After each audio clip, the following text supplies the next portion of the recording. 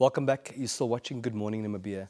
Namibia relies very heavily on imported refined fuel to keep its economy moving, from transport and logistics to mining, agriculture, as well as everyday household consumption. Recent reports that Iran has blocked oil shipments have raised fresh concerns about global supply disruptions and the knock-on effects for countries like Namibia that depend almost entirely on fuel imports.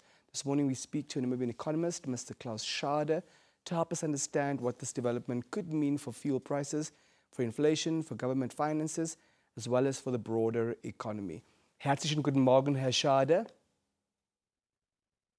Guten Morgen and good morning to all our viewers.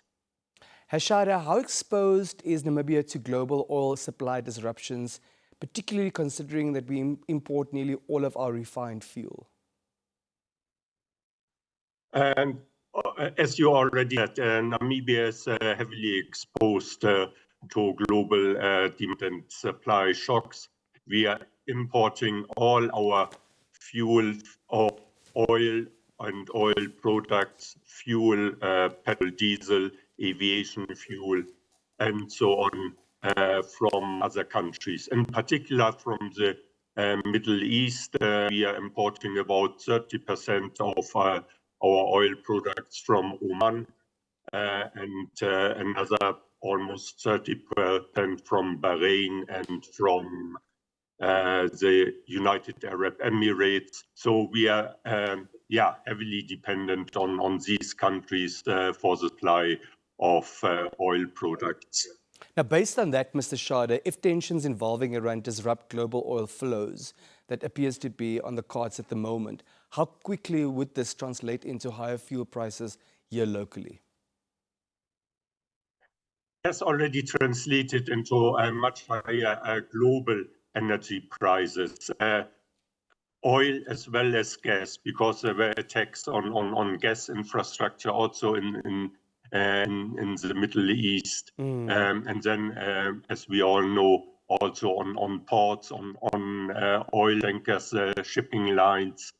And we need to know that about 20% of total global oil supply passes through the Strait of Hormuz. That's a narrow gap between the Saudi Arabian Peninsula and Iran.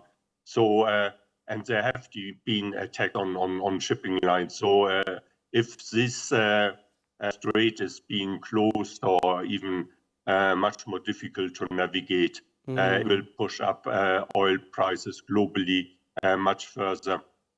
We are a little bit protected in Namibia because the government reviews oil prices on a monthly basis and adjusts our fuel prices always on the first Wednesday every month.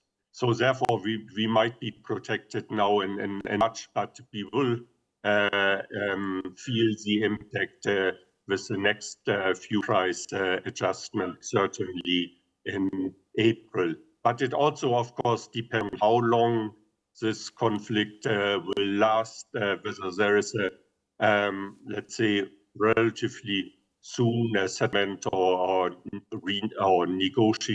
negotiations restart, again, serious negotiations, or whether we will even maybe face a much larger regional conflict, as Chandre also just pointed out. Are you saying, Mr. Schade, that as far as tomorrow is concerned, there won't be an announcement about increased fuel prices for this country yet? That's interesting. Usually the Ministry of Industry, Mines and Energy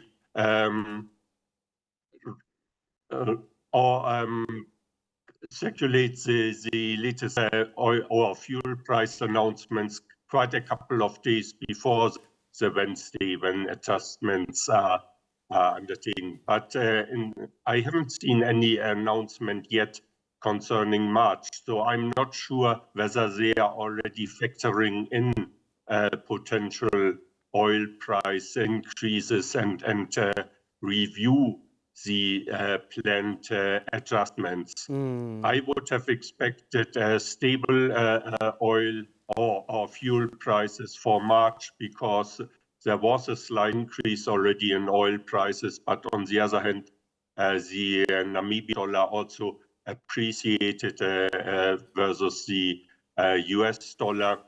So therefore, I think it almost leveled out. But as I said, I haven't seen the latest announcement, and the ministry might reconsider any adjustments. Mr. Schade, as we wrap up our conversation this morning, speak to us about what this means for Namibia on the long run. Should we strengthen our capacity? Should we strengthen our plans to invest in the domestic sector as far as renewable energy is concerned? Also relating to the planned local refinery. What is on the cards for this country on the long run? Okay, as long as we depend on fossil fuels, prices are mainly determined by global oil prices. Whether we produce oil or not, it won't have a major impact. Because, as I said, it's determined by global oil prices, and the global operators will also charge Namibia's prices. There might be, if we have our own refinery, we might save on transportation costs. So for we and in particular, we won't be so easily affected by supply disruptions. But I think overall, we should use our other own natural resources like wind, solar, biomass, and so on, and generate electricity and move towards e-mobility. So using e-cars, electric cars, transport tools, rather than relying further on fossil fuels. Thank you. We have much more control over the supply of these energy sources than of fossil fuel sources. Herr Schade, wir bedanken uns sehr herzlich bei Ihnen. It's my pleasure. Thank you very much.